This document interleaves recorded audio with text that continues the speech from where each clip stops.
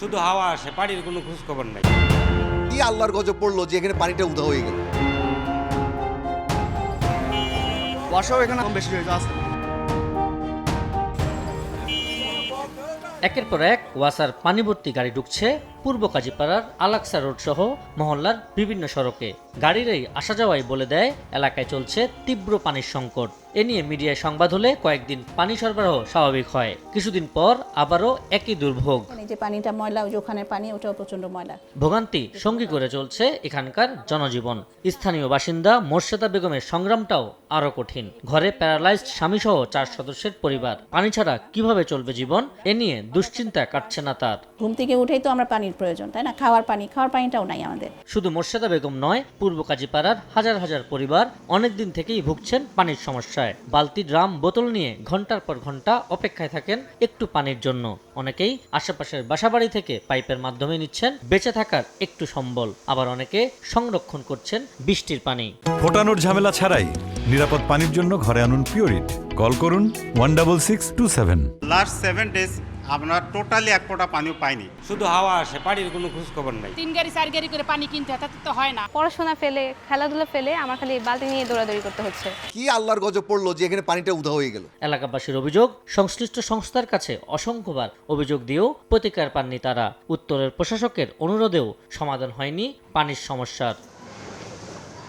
স্থানীয়দের দাবি, সংকটের পেছনে শুধু কারিগরি ত্রুটি নয়, রয়েছে অবৈধ পানি বাণিজ্যের একটি চক্র। সংযোগের বিনিময়ে হাতিয়ে নেওয়া হচ্ছে লাখ লাখ টাকা। তারা বিভিন্ন জায়গায় রাস্তার লাইন কেটে পানির লাইন দিচ্ছে, হিউজ পরিমাণ টাকা চাচ্ছে। আমাকেও প্রস্তাব দিছিল 35,000 টাকাও চাইছিল, তাহলে লাইন দিবে, পানি দিবে। সিন্ডিকেট চলতেছে একটা হিউজ।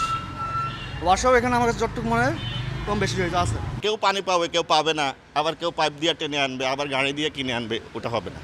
এমন অভিযোগের সত্যতা মেলে সময়ের অনুসন্ধানেও। সুয়ারেজ লাইনে দেখা যাচ্ছে অসংখ্য পাইপের সংযোগ। এই সংযোগগুলোর মধ্য দিয়েই কিন্তু অবৈধভাবে বিভিন্ন বাসাবাড়িতে পানির সংযোগ দেওয়া হচ্ছে। প্রশ্ন হচ্ছে, যে এলাকায় পানিই নেই সেখানে কিভাবে অবৈধ সংযোগে মিলছে পানি? অনুসন্ধানে উঠে এসেছে আরও চাঞ্চল্যকর তথ্য। এই মেইন লাইন থেকেই মূলত এখানে সংযোগগুলো গেছে। মূলত মিরপুরের পানি ব্যবস্থাকে উন্নত এবং আধুনিক করার লক্ষ্যে কোবরা কোম্পানির সাথে চুক্তি করে ঢাকা ওয়াসা। সেখানেই কিন্তু এই পানির সংকটকে কাজে লাগিয়ে অবৈধভাবে বেশ কিছু সংযোগ দিচ্ছে অসাধু ব্যবসায়ীরা।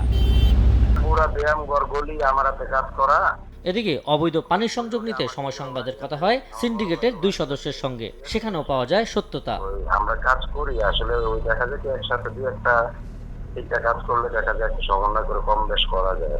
আমি যতগুলো কাজ করছি, জনি ভাই কমিশনার ভাইকা উনাকে সহায়তা নিয়ে সব কাজগুলো করি যাতে মানুষ কোনোভাবে হ্যারাসমেন্ট না হয়। অভিযোগের বিষয়ে জানতে সংশ্লিষ্টদের সঙ্গে যোগাযোগের চেষ্টা করা হলে কেউ ক্যামেরার সামনে কথা বলতে রাজি হননি। তবে গ্রাহক হিসাবে কথা বলতে গেলে ওয়াসার দায়িত্বপ্রাপ্ত কর্মকর্তা বলছেন, বাকুবদা পাম্পের যান্ত্রিক সমস্যার কারণেই সরবরাহ ব্যাহত হচ্ছে। গত 3 দিন হয় আমাদের সাভার, কেরানীগঞ্জ, বাকুবদা যে প্ল্যান্ট আছে, এই প্ল্যান্টটা একটু ফল করছে। সিটি কর্পোরেশনের ড্রেনের ভিতর থেকে যে লাইন দিল, এই দায়িত্ব কি শুধু ওয়াসা?